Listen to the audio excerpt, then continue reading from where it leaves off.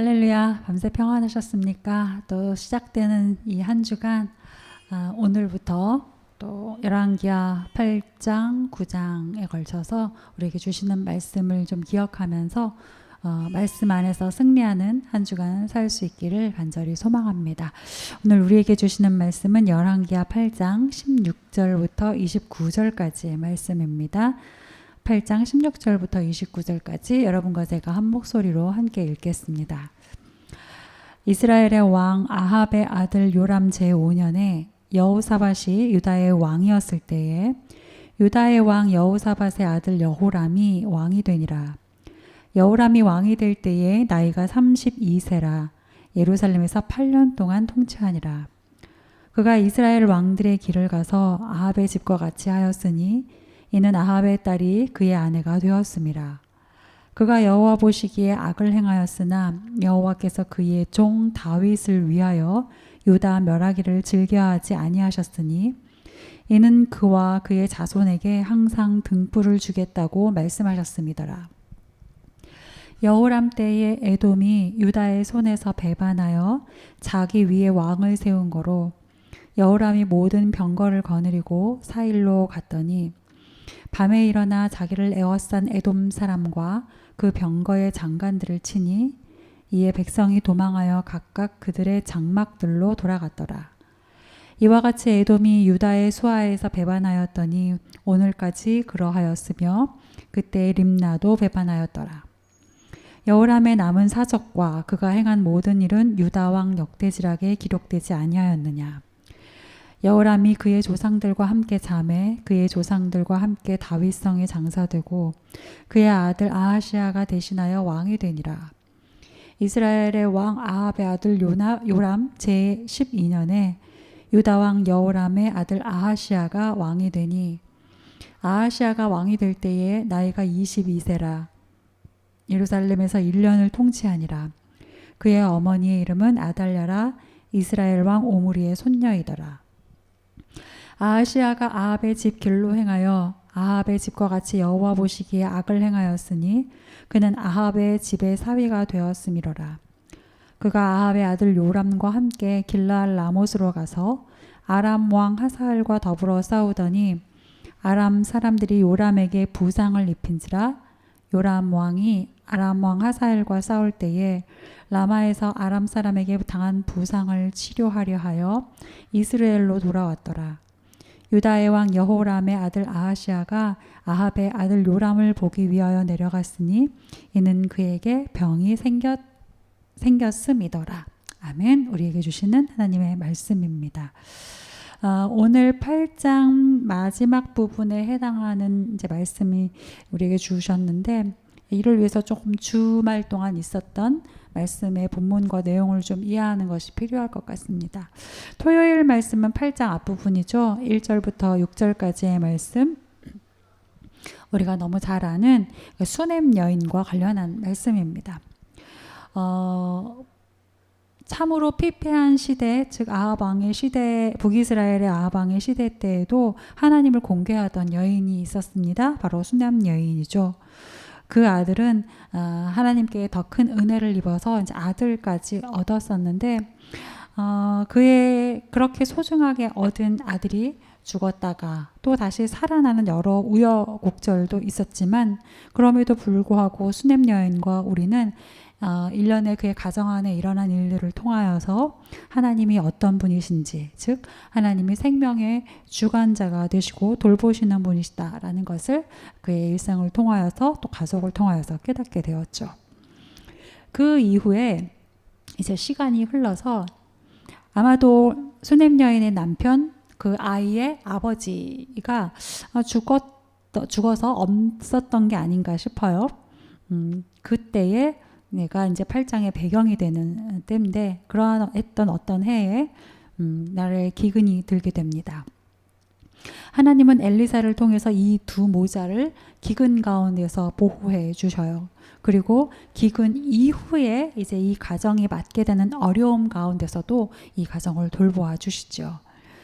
국가적으로는 타락을 하고 또 하나님을 거부하는 그러한 시대였지만 그 타락의 한가운데에서도 하나님께서 하나님을 구하는 한 여인, 한 가정을 어떻게 돌보시는지, 어떻게 그들에게 다가가시고 그들의 삶을 이끌어 주시는지를 보여주시는 것이 바로 8장 앞부분의 토요일 본문의 말씀이었어요. 그리고 이어지는 이제 주일 본문의 말씀 8장 중간 부분은 그렇게 세밀하게 한 사람 한 사람의 삶을 살피시고 보호하시는 하나님께서 동시에 또 세상의 나라들을 세상의 이방을 포함한 세상의 나라들을 어떻게 다스리시는지, 어떻게 하나님의 주권을 행하시는지를 또 보여주시는 것이 주일 본문의 말씀이죠. 그러니까 소위 하나님의 백성인 유다, 이스라엘뿐만 아니라 그 주변의 나라들, 특별히 이제 주일 본문은 아람, 시리아죠. 아람의 다음 왕에 관련된 예언을 주시는 것으로 하나님이 세상의 통치자가 되시고 주관자가 되신다라는 것을 가르쳐 주시고 보여주시죠. 우리가 진정으로 바라보아야 할 분이 누구이신지를 우리로 하여금 다시금 깨닫게 하시는 그 주말간의 말씀드립니다. 여러분 기억하시길 바랍니다.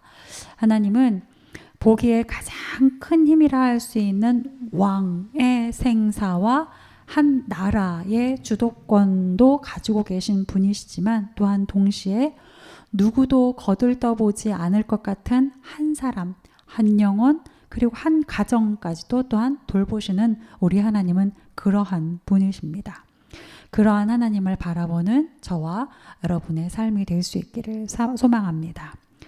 이어서 오늘은 이제 지금까지의 이제 열왕기 하의 말씀이 주로 북이스라엘과 관련하여서 그 주변국 북이스라엘과 또 그 주변국들에게 주셨던 하나님의 말씀, 하나님의 다스리심이었다면 그것에 반해서 이제 오늘은 잠시 이제 시선이 다른 곳으로 향해요. 어디요? 남유다요.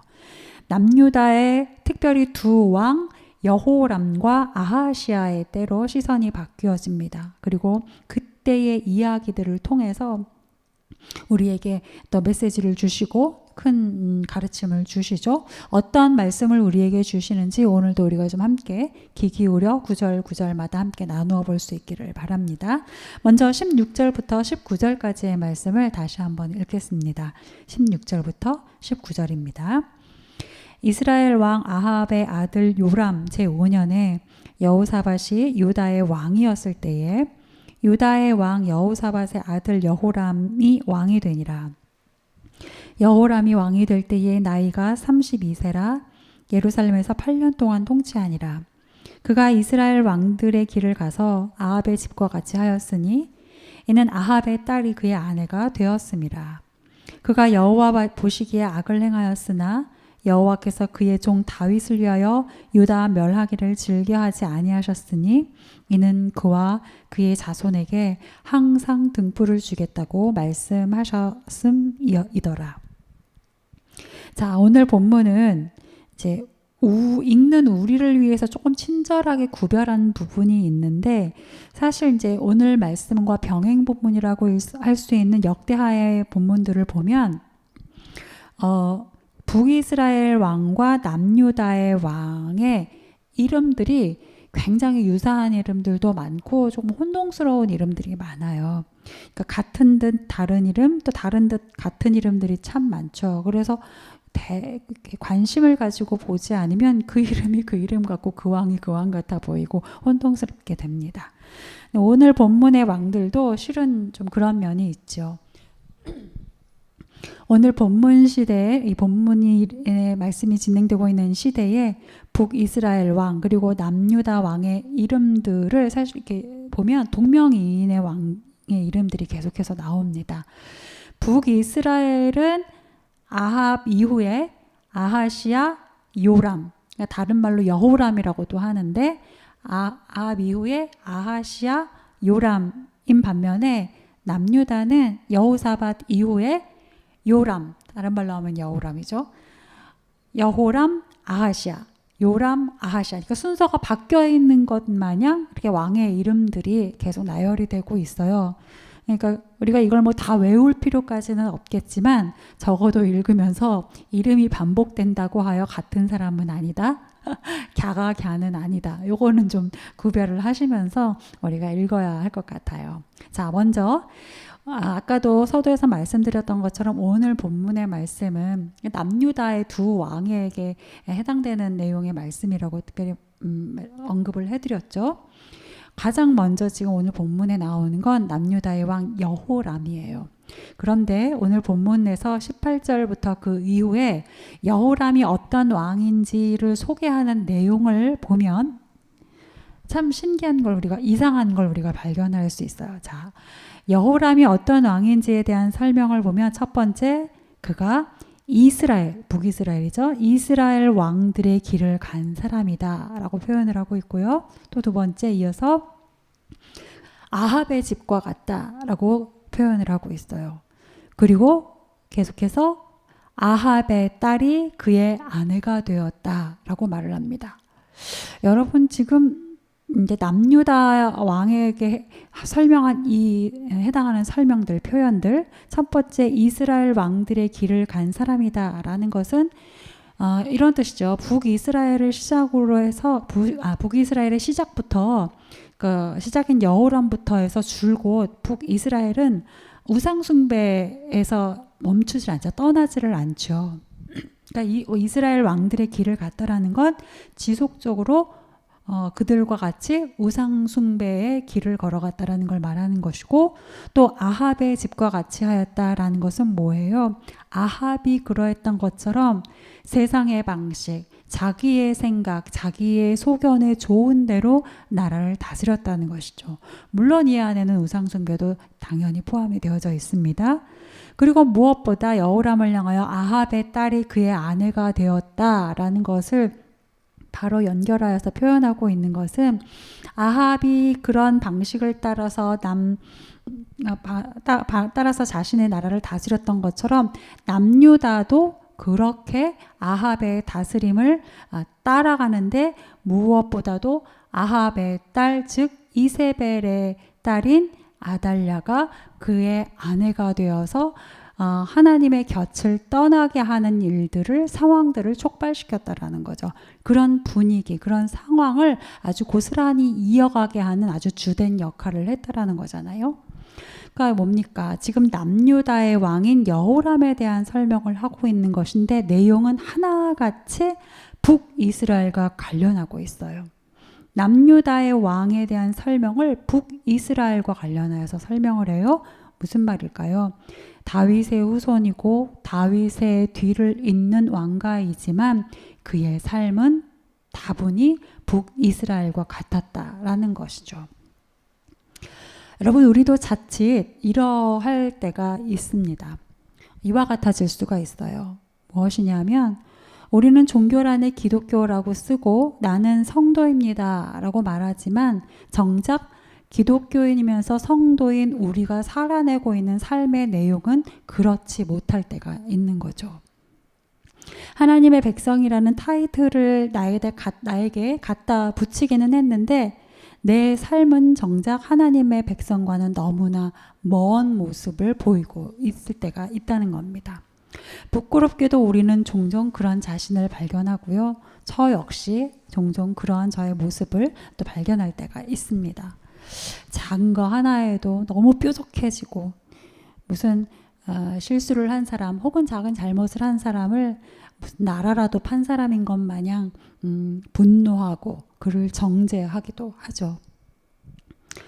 때로는 물질 때문에 하지 말아야 할 것을 하기도 하고, 또 마땅히 해야 할 것을 하지 못할 때도 있습니다. 물질을 향한 세상 사람들의 마음과 조금도 다르지가 않은 거죠. 왕이 되고 싶은 욕구는 또 얼마나 강한가요? 높은 자리에 있고 싶고 그 높은 자리에 있는 사람으로 인정받고 싶은 욕구는 또 얼마나 강합니까? 그래서 자신이 처해져 있는 각자의 자리에서 가지고 있는 힘으로 혹은 아주 은근히 은연중에 나를 드러내고 나를 높이죠. 나를 높여주는 말을 듣고 싶어 하고 그러한 분위기들을 험악하게 만들어가기도 하죠. 대장이 되어야 직성이 풀리는 겁니다. 여러분, 이런 스스로의 모습을 볼 때마다 내가 정말 기독교인이 맞나 하는 반문이 들기도 하고 내가 정말 하나님의 자녀가 맞나 하는 자책감이 들 때도 참 많습니다. 부끄러워질 때가 참 많아요. 사랑하는 여러분, 소망합니다. 오늘 내게 붙여진 명칭이 기독교인이라는 명칭이 성도라는 그 명칭이 곧 오늘 내 삶의 내용이 될 수 있기를 간절히 소망해요. 그리고 기독교인이라는 명칭에 맞게 오늘을 살아내고 성도라는 호칭에 부끄럽지 않게 살아내므로 오늘 하루가 하나님의 백성으로서의 삶의 내용으로 가득 채워지는 은혜로운 오늘 하루가 될 수 있기를 간절히 소망합니다. 안타깝게도 오늘 남유다의 왕 여호람 왕은 그러하지 못했습니다. 그는 다윗의 후손이요 남유다의 왕이었지만 실제 그의 정체성은 북이스라엘 왕과 같았고 그의 삶은 우상 숭배와 또 세상의 방식, 세상의 다스림으로 아주 가득했죠. 그런데 참 놀라운 것은 이러함에도 불구하고 하나님이 그 남유다의 왕과 그 백성을 향하시는 대하시는 마음이에요. 19절에 보면 하나님이 이러하시죠. 여호와께서는 유다 멸하기를 즐겨하지 아니하셨으니 이는 그가 즉 다윗과 그 자손에게 항상 등불을 주겠다고 말씀하셨음이었더라. 여호람이 그러함에도 불구하고 하나님은 그를 북이스라엘과 이방 사람들에게 하는 것과 같이 멸하기를 즐거워하지 않으셨다라는 겁니다. 왜요? 하나님 자신이 다윗과 맺은 그리고 백성과 맺은 언약 때문에요. 오래전 다윗에게 하셨던 그 약속의 스스로를 매심으로 하나님께서 그들을 멸하기를 즐거워하지 않으셨다라는 거예요. 여러분, 하나님은 약속을 지키시는 분이십니다. 아멘. 그리고 그 약속을 이루시기 위해 우리에게 한없는 은혜를 베푸시는 분이시죠. 하나님이 그 약속을 이루시기 위해 어떻게 그 백성을 이끌어 가시는지 계속해서 그 뒤에도 하나님의 그 은혜의 말씀이 나오는데 우리 함께 읽겠습니다. 20절부터 22절 말씀입니다. 여호람 때에 에돔이 유다의 손에서 배반하여 자기 위에 왕을 세운 고로 여호람이 모든 병거를 거느리고 사일로 갔더니 밤에 일어나 자기를 애워싼 에돔 사람과 그 병거의 장관들을 치니 이에 백성이 도망하여 각각 그들의 장막들로 돌아갔더라. 이와 같이 에돔이 유다의 수하에서 배반하였더니 오늘까지 그러하였으며 그때의 림나도 배반하였더라. 자, 오늘 말씀 20절부터 22절에 나오는 이 에돔. 이 에돔은 사실 어떤 면에서 이스라엘보다 좀 더 앞서서 나라를 세운 민족이고 또 왕정을 먼저 시작한 나라예요. 또 그러면서 또 동시에 이스라엘 주변에서 계속적으로 이스라엘의 대적이 되고 또 이스라엘에 가는 길을 해방하는 그런 세력이기도 했었죠. 그런데 그러한 에돔을 하나님께서 은혜를 주셔서 다윗 왕 때에 에돔을 이스라엘이 다스릴 수 있게 돼요. 뭐랄까 약간 속국처럼. 예. 그러니까 이스라엘의 지도 하에 놓이게 되죠. 그 이스라엘의 지배 아래에 놓이게 됩니다. 그렇게 오랜 시간을 통일 왕국과 또 남북으로 분열된 이스라엘 유다에 걸쳐서 이스라엘의 그 지배 아래에 있었던 에돔이었는데 그 에돔이 지금 유다를 배반하겠다라고 일어서는 상황인 겁니다. 오랜 시간 하나님의 은혜 안에 이스라엘의 대적이 아닌 이스라엘의 다스림 아래에 있었던 이 에돔이 그 오랜 시간을 깨고 특정한 때, 바로 지금 이제 여호람의 때죠. 이 특정한 때에 200년 가까이 속국처럼 있었던 나라가 자기의 왕을 세우겠다고 배반하며 일어서고 있는 상황. 여러분, 이 상황은 하나님께서 이 상황을 통하여서 여호람과 남유다 백성들을 향하여서 강력한 하나님의 음성을 들려주시는 사건인 것입니다. 하나님께서 여호람에게 가르쳐 주시는 거예요. 여호람, 네가 지금 잘못된 길로 가고 있다. 가서는 안 되는 길로 지금 계속해서 가고 있다. 어서 그 길에서 돌이켜야 한다. 그렇지 않으면 너에게 진짜 심판이 오게 될 것이다 라는 것을 이 주변의 상황, 에돔이라는 주변의 상황을 통해서 지금 가르쳐 주고 있는 것입니다. 여러분, 우리도 살다 보면 그러할 때가 있죠. 우리가 목표를 향하여, 어떤 일들을 향하여 정말 정신없이 매진하며 달려가고 있을 때에 문득 어떤 일들을 통하여서, 어떤 상황들을 통하여서, 또 주변에 있는 어떤 사람들을 통하여서 우리에게 말씀을 하실 때가 있습니다. 저도 간혹 그럴 때가 있어요.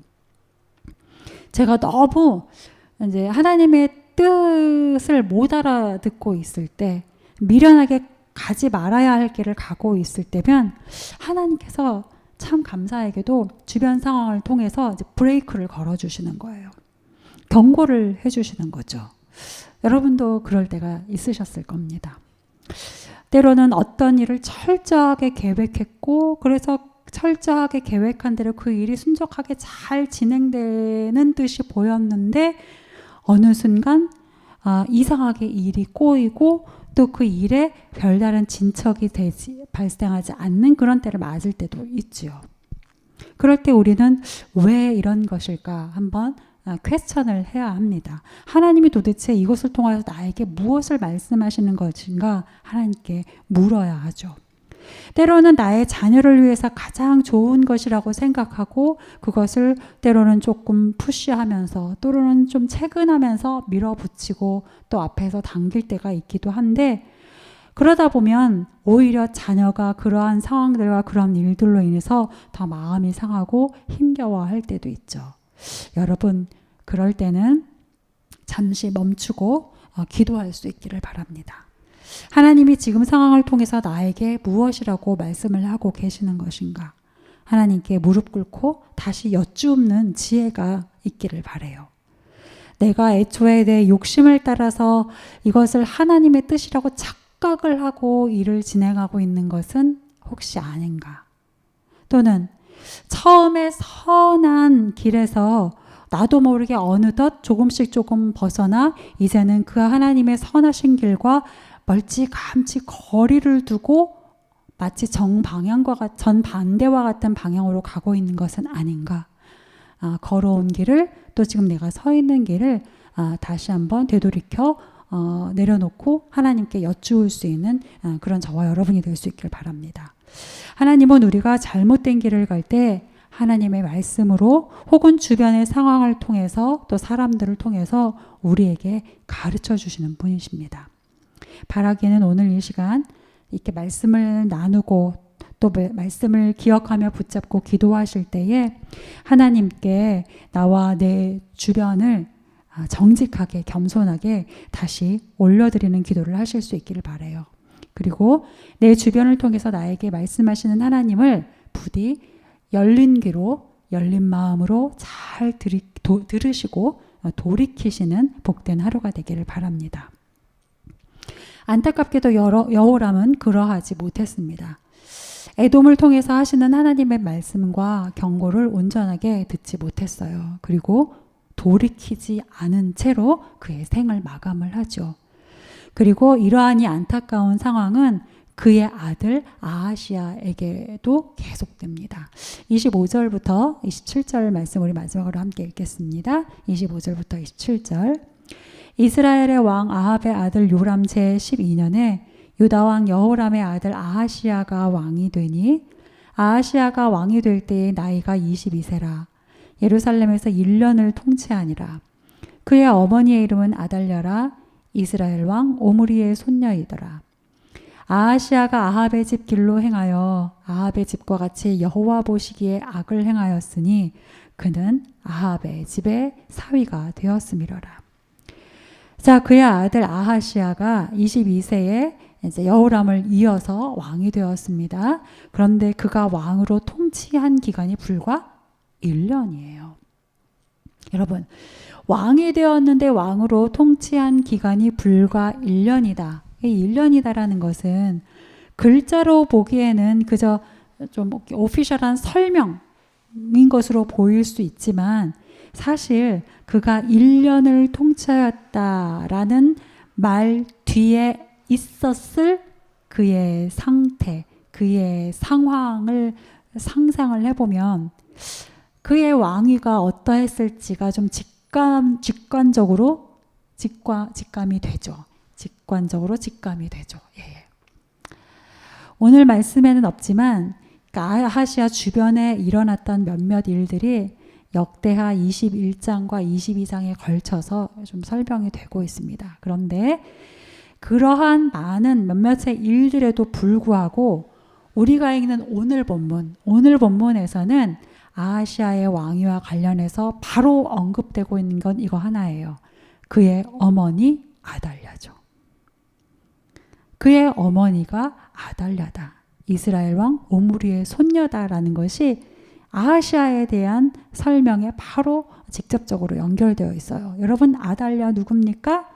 아합이 시돈 왕 엣달 이세벨과의 사이에서 낳은 딸이죠. 그러니까 즉 바알 숭배자인 어머니 이세벨의 영향을 받았고 또 그대로 물려내리고 있는 사람이 바로 아달랴인 거예요. 이 사람 아달랴가 남유다 왕 아하시아의 어머니이고 아하시아의 왕위와 연결되어서 본문에서 지금 언급되고 있습니다. 그렇다면 이 직접적인 언급이 의미하고 있는 바는 무엇이겠습니까? 아하시아는 어머니 아달랴의 영향을 받아서 27절처럼 아하시아가 아합의 집길로 행하였고 아합의 집과 같이 여호와 보시기에 악을 행하였다는 거죠. 이것은 그가 아합의 집 사위가 되었기 때문이다 라고 말하고 있는 것과 같죠. 아버지 여호람이 아합의 딸 아달랴와 이제 결혼을 한 것은 아마 다분히 정치적인 계산 때문이었을 거예요. 그렇게 해야 자신의 왕위가 견고해질 것 같고 또 그렇게 해야 이 나라도 굳건하게 지킬 수 있을 것 같고 하는 등등의 여러 가지 정치적인 계산 또 종교적인 이유 이런 것들 때문이었을 겁니다. 그러나 결국 세상의 방식을 취하고 그렇게 자신의 소견에 오른 대로 한 결과가 여호람 이후 자식인 아하시아에 대해 지금 어떤 결과를 가져옵니까? 여호와 보시기에 악을 행하였다라는 거죠. 여러분, 오늘 나의 선택이 나의 자녀에게 분명히 영향을 미칩니다. 오늘 나의 선택이 언젠가는 반드시 결과로 드러나게 됩니다. 그럴 수밖에 없죠. 바라기는 오늘 매 순간 하나님을 선택하실 수 있길 바랍니다. 오늘 하루를 하나님의 말씀으로 채워가실 수 있길 바라요. 그것이 나와 또 내 자녀를 위한 가장 좋은 유산이 될 것입니다. 오늘도 말씀을 통해서 우리를 그렇게 깨닫게 하시는 하나님께 감사하면서 말씀을 내 삶으로 살아내는 복된 하루 되시기를 소망합니다. 우리 함께 말씀을 기억하면서 기도하겠습니다.